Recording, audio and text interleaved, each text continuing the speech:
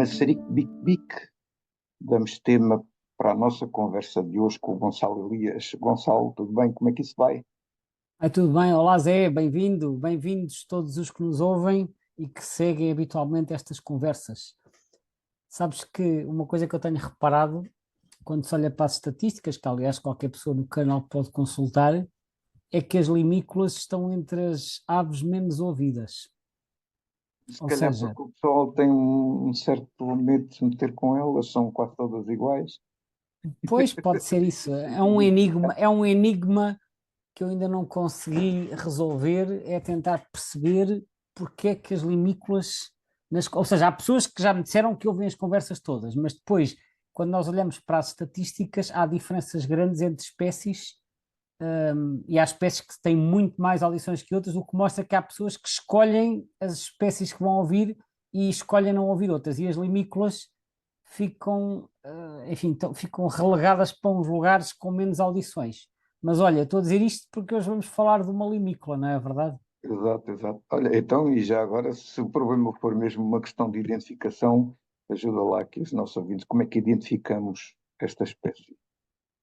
Bom, o maçarico bico-bico é uma limícola de tamanho médio, portanto não é muito grande, não é tão grande como o maçarico galego ou como o ostraceiro, mas não é tão pequenino como os pilritos. Portanto, é assim daquelas que já está entre o tamanho pequeno e médio, ela está no médio, assim, um bocado para o pequeno, ao longe parece preto e branco.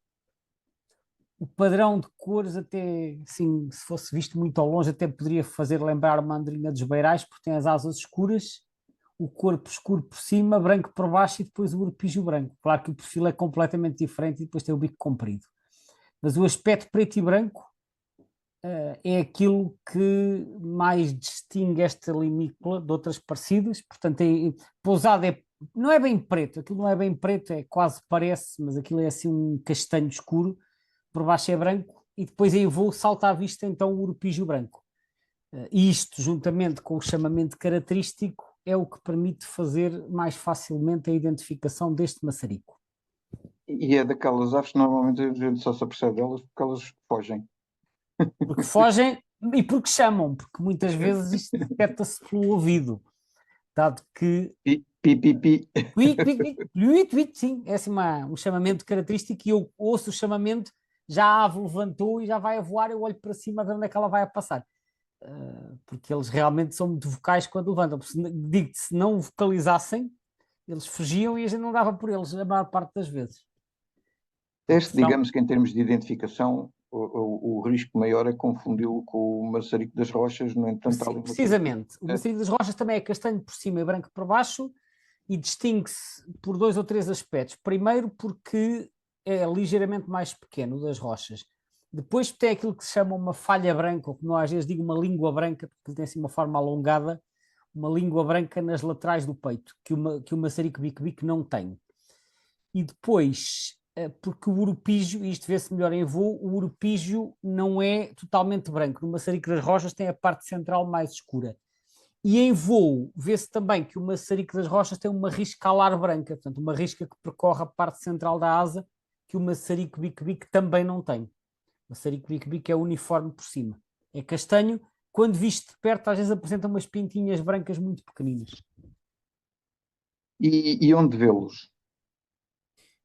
Bom, em qualquer zona de água doce, porque isto é uma espécie de água doce, não é uma espécie de água salgada, não é uma ave que vá para os estuários.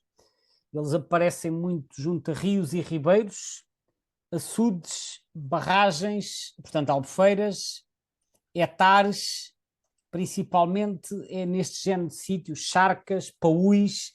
Às vezes podem aparecer em zonas de água salobra, por exemplo, em salinas. Salinas, principalmente salinas abandonadas. Mas água muito salgada já não vão e também não vão para zonas sujeitas ao regime das marés. Portanto, mas sim, é uma limícola que, como gosta de água doce, aparece muito mais no interior do que a maioria das outras limícolas e é frequente, principalmente fora da época dos ninhos, encontrar maçaricos bico-bico em qualquer região do interior. Onde eles são mais escassos é nas zonas serranas, porque aí não tem habitat, mas no interior, em zonas planas, que tenham algumas ribeiras ou algumas charcas, é frequente encontrarmos. Diria que é mais comum no sul do que no norte. E em que altura do ano?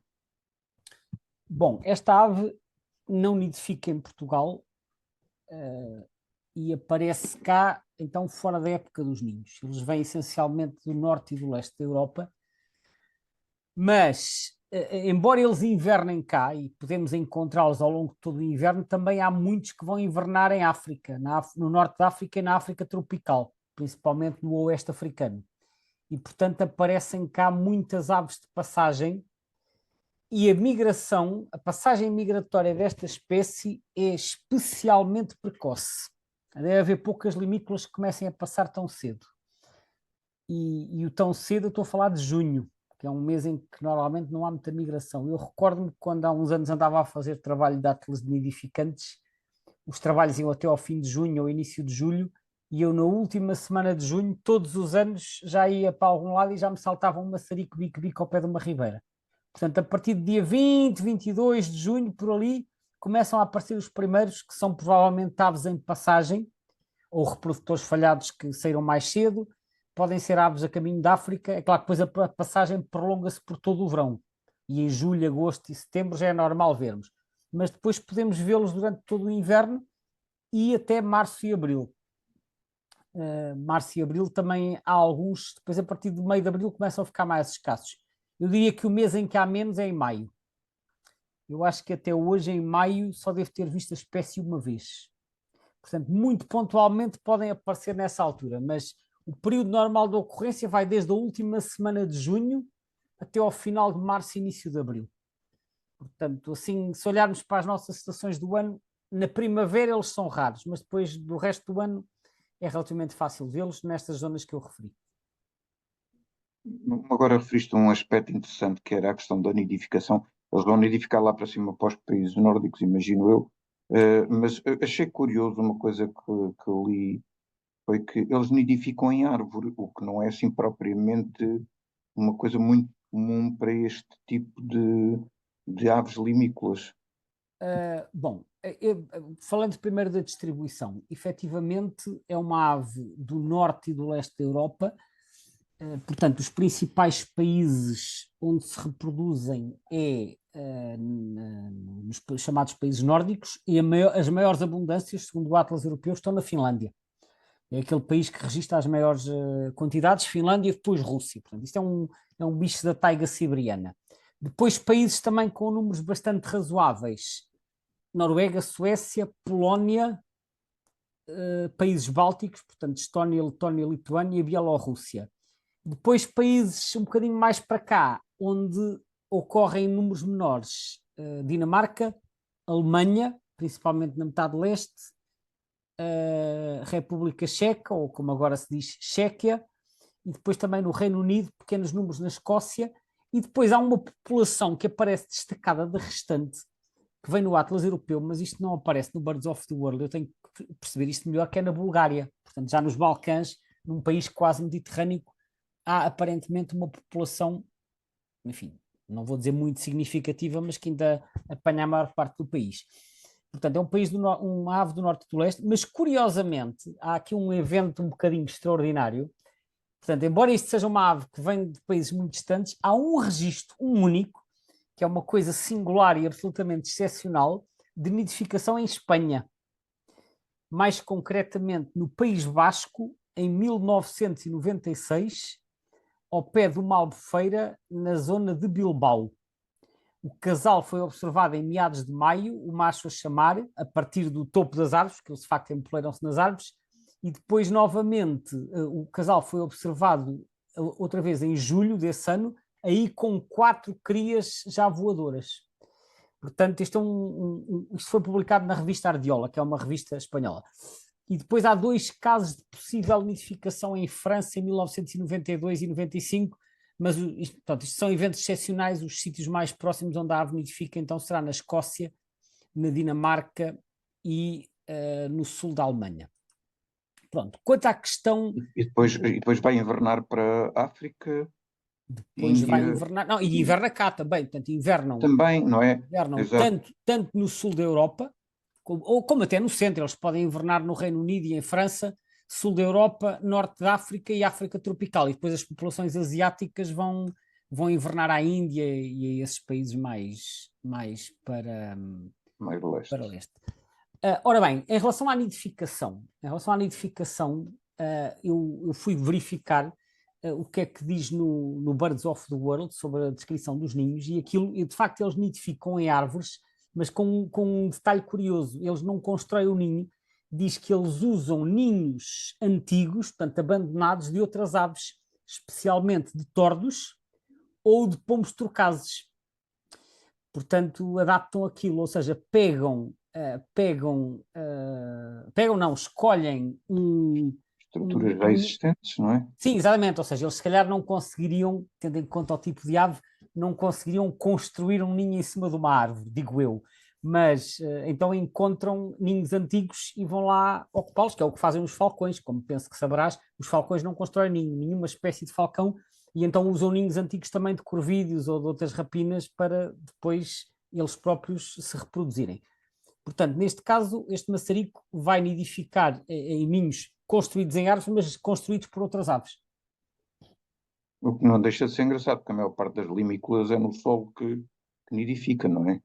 Sim, a maioria, quase todas no solo. Este pode ter ninho ou, a uma altura que pode chegar aos 20 metros. Portanto, imagina aquelas árvores muito altas que há Pois, naquelas exato. florestas do norte. Mas diz também aqui que ocasionalmente pode nidificar no solo, por exemplo, assim entre as raízes das árvores, numa pequena depressão. Mas isto imagino eu, aqui não explica, mas imagino eu que isso seja nos casos em que não encontrou nenhum ninho disponível. Portanto, imagina, eles andam ali pelas matas à procura de ninhos de tordos ou de pombos, mas se não encontrarem nenhum, e como eles se calhar não sabem construir, então aí tem que escolher uma opção no solo, provavelmente. Mas sim, Agora aqui uma é uma questão. singularidade esta história de teres uma limícola a Sim, nidificar numa árvore. sim, sim.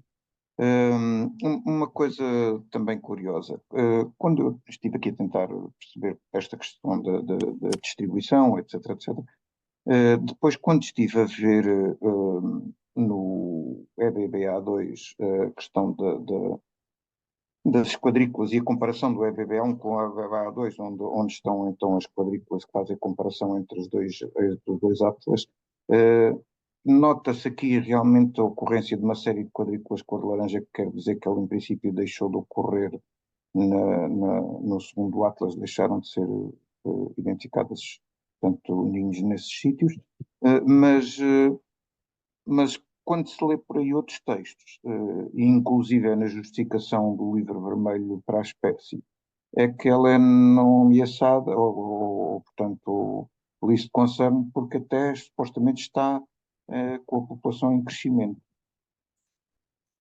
Bom, vamos ver. De facto, quando nós consultamos a página do Atlas, do segundo Atlas Europeu, que está no EBBA2, é o ebba2.info, nós vemos aí um mix de quadrículas azuis e quadrículas cor de laranja. E se tu reparares, essas quadrículas são todas em zonas marginais, e portanto, as zonas periféricas da área de distribuição. E as zonas periféricas são aquelas onde a espécie normalmente é menos abundante, porque na parte central, no coração da área de distribuição, está tudo cinzento e não tens assim muitas quadrículas com variações. Sim, A é verdade. sensação que dá olhando para este mapa é que nas zonas periféricas está a aumentar numas e a diminuir noutras, mas na zona central ela mantém-se estável. A parte de aumentar, quando nós vamos ver ao site da IUCN, que é a entidade que atribui as categorias, de facto é dado como estando em aumento, mas atenção que este aumento é a nível mundial, não é só a nível europeu. Eles dizem que a população mundial está estimada entre 1 milhão e 200 mil e 3 milhões e 600 mil indivíduos, portanto é uma espécie bastante abundante, sendo que só na Europa supostamente há entre 600 mil e 1 milhão de casais, o que significa que a população europeia é bastante relevante a nível global. Mas, aparentemente, a nível global, a situação não é preocupante, a espécie é abundante e é por isso que está na situação list concern, pouco preocupante. Mas Não depois, te... curiosamente, na nossa lista vermelha, ele aparece lá listado não como nidificante, mas como invernante, como quase ameaçado. E Bom, que é uma classificação que já tinha desde quando foi feito o outro em 2005. Certo. Bom, o que acontece é que, eu já comentei isto a propósito de outras limícolas, as nossas populações de limícolas, principalmente as populações invernantes, são populações um bocado marginais. Portanto, são populações que têm pouca expressão no contexto global da distribuição da espécie. Só que as avaliações do livro vermelho só levam em conta o efetivo nacional. E neste caso, o que diz no PDF que acompanha a lista vermelha é que se estima que a população invernante seja inferior a 1000. E que, portanto, só o facto de ser inferior a 1000 já é o suficiente para ter isto como quase ameaçado. Portanto, vão pelo critério quantitativo. Agora, eu duvido que haja qualquer tipo de base de censo para chegar a esta estimativa. Porque esta limícola, ao contrário de outras, ela não aparece concentrada, ela aparece muito, muito dispersa. Porque é uma ave que anda quase sempre isolada, não aparece nos locais onde as outras limícolas estão e,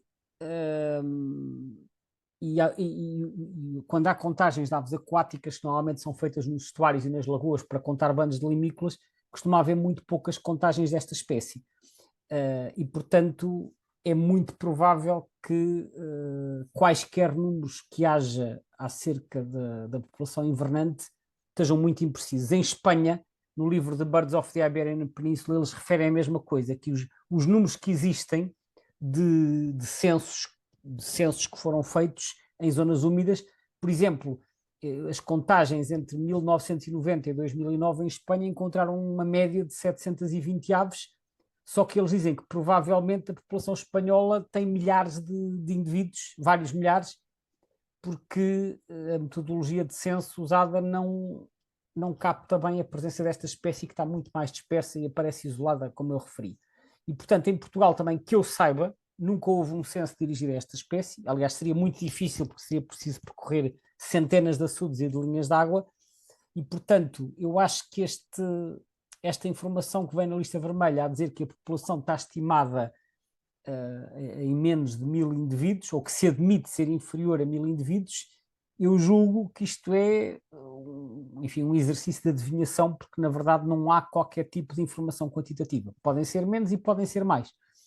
Ora, se tem só menos de 1000, isto é colocado na categoria NT e mesmo assim desceu um nível de ameaça na adaptação à escala regional, que é um dos critérios da lista vermelha, porque senão isto até estaria no vulnerável. Mas isto acontece por ser um país pequeno. Repara, se há um critério que é menos de 1000 indivíduos, se for um país pequeno, automaticamente ele vai ter menos de 1000 indivíduos. Se tu considerasse um país do tamanho de Andorra ou de Luxemburgo, embora, enfim, não serão os países com melhor habitat para esta espécie, mas se considerares um país muito pequeno, as espécies vão estar quase todas ameaçadas porque ocorrem poucos indivíduos. Portanto, o que eu quero dizer com isto é que o número absoluto de indivíduos, como é usado aqui no livro vermelho, é uma métrica que tem imensas limitações, porque não estás a levar em conta a dimensão do território. Mas pronto, foi um bocado assim que se chegou a esta história do NT, é por causa de ser menos do que X indivíduos, neste caso menos de 1000. Açores e Madeira, nada? Nos Açores e na Madeira, tanto quanto eu saiba, esta espécie é acidental, portanto é realmente rara, aparece muito poucas vezes, porque eles migram para o sul da Europa, isto não faz parte da rota normal de migração. Agora, só para não estar aqui a inventar, vou só muito rapidamente confirmar aqui no eBird quantos registros é que há, pelo menos no eBird. Não é que o eBird tenha os registros todos, mas a ideia que eu tenho é que realmente, precisamente por ver ali umas pintinhas roxas no mapa do eBird, é que também quando fazes zoom, consegues ver. O que eu estou a ver aqui, pelo menos no caso dos Açores, dos anos mais recentes, eu diria que a espécie aparece anualmente. Portanto, deve haver assim registros de um ou dois quase todos os anos. Devem ser indivíduos que vieram do norte da Europa e que se afastaram um bocado mais em direção ao Atlântico. Mas não é de modo algum frequente e não sei sequer se não é raridade. Na Madeira há muito poucos registros mesmo. Há aqui um ou dois em 2022, há um em 2024, depois em 2020 e antes disso só em 2012. Portanto, seria de esperar que, sendo a Madeira mais perto da costa, seria de esperar ao contrário, não que houvesse mais registros na Madeira do que nos Açores. Teoricamente sim, mas há dois aspectos a ter em conta. Primeiro, a Madeira tem menos habitat do que os Açores, que têm uma data de lagoas. E as aves, quando não têm habitat, rapidamente se vão embora. E segundo, parece-me que os Açores atualmente têm um esforço de observação mais intensivo do que na Madeira. Ou seja, nos Açores eu acho que todos os dias há pessoas a fazer observação. Na Madeira tem às vezes períodos em que praticamente não há observação. Portanto, penso que estes dois fatores poderão contribuir para haver mais registros nos Açores do que na Madeira. Gonçalo, vamos aproveitar aqui os últimos minutos da nossa conversa para discutir aqui a questão da taxonomia. Pelo que eu percebi, esta espécie está colocada como sendo algo de muito representativo daquilo que é o género Tringa. Dizes muito bem, muito representativo, até porque esta espécie é a espécie tipo do género Tringa, ou seja, em cada género, há vários géneros que têm várias espécies, mas há uma que é a primeira, que é o género tipo. Desculpa, é a espécie tipo dentro desse género, e que no caso do género Tringa, a espécie tipo é o maçarico bicabica, é o Tringocropos. Foi descrito pelo Linneu exatamente com este nome, as espécies tipo normalmente não são alteradas, foi descrito, embora pelo que eu vi, eu já li, eu acho que isto não é um engano, ele escreveu Tringa ocrophus com PH, portanto OCRO-PHUS. Atualmente o H escreve-se a seguir ao C, fica OCHROPUS.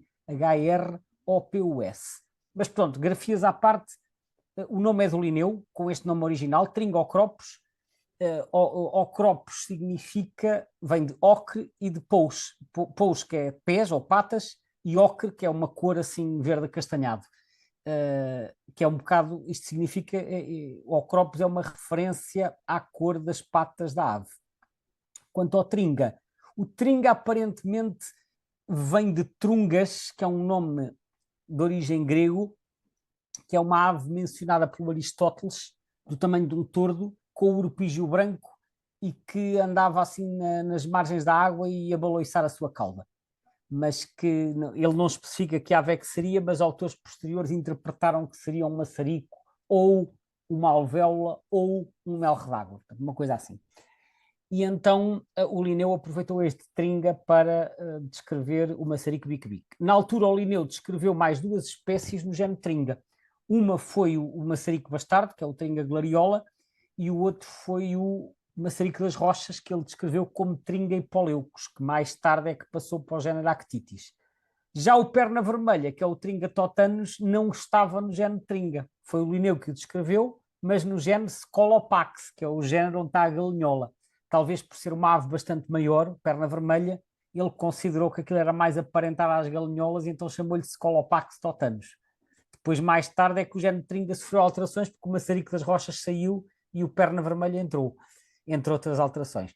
Portanto, foi um bocado esta a história deste género. Mas sim, o Tringocropos é a espécie tipo, então, é a espécie mais representativa em termos históricos do género tringa. Foi aquela que o Linneu descreveu em primeiro lugar. E existem subespécies desta? Não, é monotípica, ou seja, não tem subespécies. No entanto, é preciso referir que no passado esta ave era considerada conspecífica do tringa solitária. O tringa solitária podemos dizer que é o equivalente ao maçarico bique-bique, mas no continente americano, que é o maçarico solitário. E, portanto, quando eles estavam juntos, havia várias subespécies. Desde que o maçarico solitário foi separado, e esse é só na América, já apareceu nos Açores também, e muito raramente na Europa, mas desde que o maçarico solitário foi separado. O solitário são 3 ou 4 subespécies, mas está na América, e na Europa e na Ásia ficou só o Tringocropos, que este é monotípico, não tem quaisquer subespécies. Uma curiosidade que eu gostava de referir antes de terminar tem a ver com este nome comum curioso, maçarico bique-bique. Sabes, quando eu aprendi a ver aves, o nome que vinha nos livros era pássaro bique-bique, que é um nome um bocado bizarro. Pássaro, porque senão é um pássaro. Ora, de onde é que virá este nome? E já agora, quando conheceste isso, estavas onde? Já agora? Não Portanto, disseste aquilo eu referi nas conversas anteriores, tinha dado uma volta com o meu tio ao Alto Alentejo para lhe mostrar algumas aves que ele não conhecia, e depois no dia seguinte fomos a Espanha, à zona de Membrio e Alcântara, que foi o local onde eu, em setembro de 88, vi os primeiros grifos e abutres pretos, que foi descrito está aí na conversa 70 ou por aí, já não me recordo o número, 70 ou 80. E depois eu então sugeri ao meu tio, porque ele nunca tinha visto abutres, irmos dar uma volta por essa zona. E quando íamos a caminho de Alcântara, que é uma cidade espanhola, na província de Cáceres, passámos ao pé de Membrio e tinha lá uma barragem, nós parámos ao pé da barragem e foi aí, nessa paragem, que vimos este maçarico. E então era aí que ainda o conhecias como Pássaro Bico. Pássaro Bico-Bico. Mas eu fui procurar de onde é que vinha este nome tão arrevesado. Tu lembras-te da conversa que tivemos há pouco tempo sobre o tartaranhão de Espouís e de onde é que vinha a águia sapeira? Ok. Lembras-te que era um nome que vinha do Taite? Também foi introduzido. Foi o Taite, foi mais uma vez o Taite, porque o livro do Paulino de Oliveira, que se chama Aves da Península Ibérica, e especialmente de Portugal, diz que foi publicado em 1896, ele diz que, segundo o senhor Taite, chama-se Pássaro Bico-Bico em Estarreja e Bit-Bit na Mortosa, mas, portanto, mais uma vez, este nome é atribuído ao Taite. Porquê é que ele depois se popularizou nos livros? Porque o Sacarrão, quando publica a sua lista de nomes nos anos 60 e nos anos 70, ele mantém este nome Pássaro Bico-Bico. Mais tarde é que depois aparecem outras listas que mudam isto para maçarico, que é um nome mais apropriado, porque isto não é um pássaro no sentido de não ser um passariforme. Curiosamente, o Rei Júnior, além de citar também este pássaro bico-bico, o tal nome do Taite, ele dá outros nomes engraçados. Dá arieiro, grim-grim, talvez seja uma referência ao chamamento, fradinho, pássaro bico-bico, cá está, bit-bit e lavandeira. Lavandeira é um nome que é dado também às alvéolas e pode ser uma referência ao facto de ele andar sempre ali nas margens da água, não é? Assim, a picar, e como se estivesse a lavar a roupa, vamos imaginar. E a abanar assim. a cauda. E a abanar a cauda, sim. Portanto, lavandeira pode ser aqui por analogia com as alvéolas. Mas como acontece com muitas destas aves que são frequentes, tem muitos nomes comuns, alguns deles bastante curiosos. Gonçalo, obrigadíssimo. Obrigado, Zé. Acho que Obrigado a vamos todos. terminar esta conversa. Vamos Obrigado. voltar em breve com mais uma limícola. Portanto, agora estamos nas limícolas.